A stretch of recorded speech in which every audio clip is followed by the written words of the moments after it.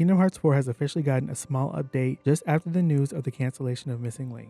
The entire fandom has been thrown into a bit of a tizzy with everything that was announced today. To start, KH4, which has had almost no news since the initial trailer released 3 years ago, released a collage of screenshots showcasing both gameplay and cutscenes where we can see some massive improvements in all areas since we last saw it. The Japanese account released an additional image showcasing gameplay from a different angle, giving us a look at a new enemy that's not found in the first version of the collage. I think it's also great to see how they've updated the keychain attacks, and we're getting a glimpse at how the gameplay has changed since we last saw it. The screenshots don't show much more than what we already knew, but there are 4 things that struck me as particularly interesting. The first is that it is indeed confirmed that Mickey will be playable in the game, which was implied at the end of Melody of Memory. We can see him in what we can only assume to be Scarlet at Kylam, as that is where he was directed to go by Master Yen Sid. The next is a screenshot of Sora standing in front of a bright light. It seems similar to the portal to the Astral Dimension, a place that was introduced in Missing Link and connects existence to non-existence. Although it could just be the after effects of a special attack,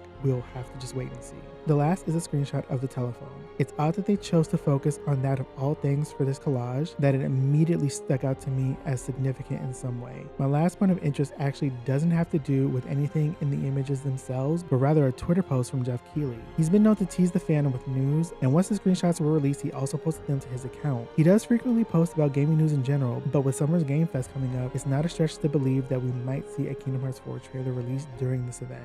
Now on to my thoughts about the news of the Missing Link cancellation. Square knew that they had to release something about KH4 to offset the bad press that canceling Missing Link caused, especially after almost no news on the game for over 3 years. Missing Link had an uphill battle from the moment it was first announced, from the mobile live service aspect to the GPS and gacha elements. What I think was truly the nail in the coffin for the game, however, was the change of the company's CEO during its development. The previous CEO of the company was known for not quite being in step with what audiences wanted, sending Square into some interesting directions during his tenure. The new direction that the company is going in is one that a live service title like Missing Link just would not be able to survive in. It's been announced that the company will be focusing primarily on quality for their games as opposed to quantity, with plans to release major titles on multiple platforms at a more consistent pace. The most important question here is, where does that leave the story of Missing Link? I think there are a couple of things that could happen at this point. Because of how important the story of this game is to the overall narrative, and because of the fact that the game was all but complete, I can see it being repurposed in a few different ways. We could see it come back as a standalone game sometime after KH4 is released. It could also be released as an expansion of KH4, somewhat along the lines of how Remind was added to KH3 after some time. What might be more likely is that they could just make another cutscene movie to tell the story.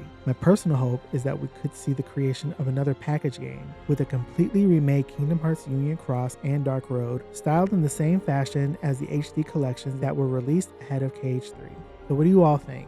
Hopefully we can see it in another form someday soon, but I can't help but be a bit disappointed with how this whole thing played out with Missing Link. At the same time, I am excited to finally get a bit of an update on Kingdom Hearts 4. Leave your thoughts in the comments below. I look forward to reading them. Thanks for watching, and I'll see you all in the next one.